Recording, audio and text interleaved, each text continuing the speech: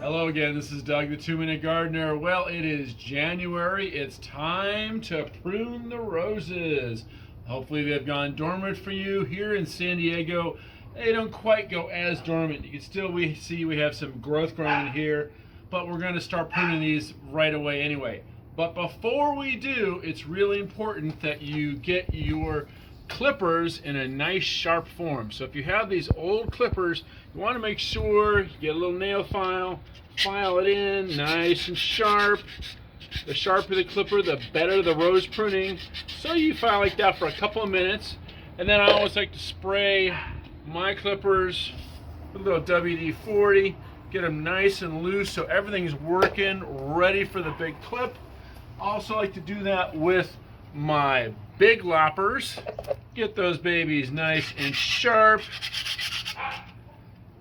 And again, you want to, depending on how bad your clippers are, do this for a couple of minutes. Get these babies nice and sharp. Spray with a little WD-40, and then it's ready for some good whacking. All right, so here we have a lovely floribunda that needs some good pruning. And the first step of pruning a rose, of course, is that we're going to whack the top off it just so we can see the canes. So here we go. We just start whacking away, and we're trying to get the top growth off is what we're really looking to do, so we can really see these big major canes and what we have to work with.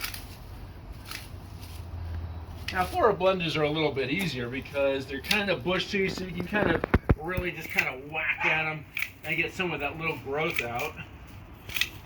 Get the top cleaned off. Get this little thin growth knocked off. Like that. So we're just going really quick, whacka, whacka, whacka. Starting to see where the big canes are.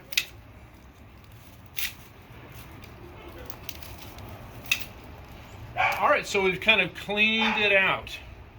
Alright, so we cleaned off the top. Now it's time to do the final pruning of this rose.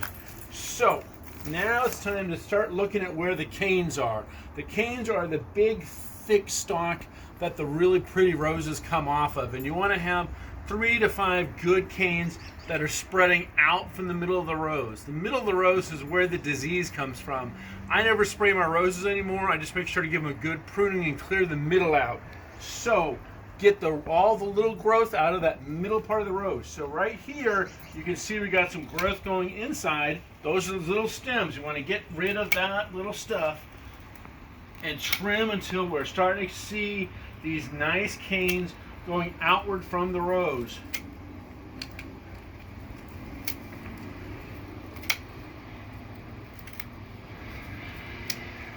All right, we've cleaned out, and as you can see, we have 1, 2, 3, 4, 5, 6 canes going out from this particular rose bush. It's a really good, healthy floribunda.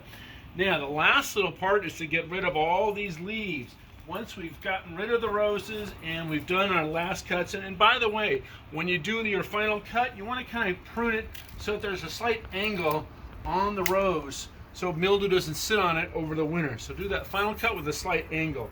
Okay, now, really important, the last part of pruning a rose is to clean up the soil around the rose bush, because that's where all that mildew overwinters. So, clean it up, get rid of everything, including the bark mulch, and get it nice and clean for a fresh layer of mulch in the springtime. Now you want to make sure you wear your heavy gloves because there are some sharp rose thorns in this mess to get it all cleaned out.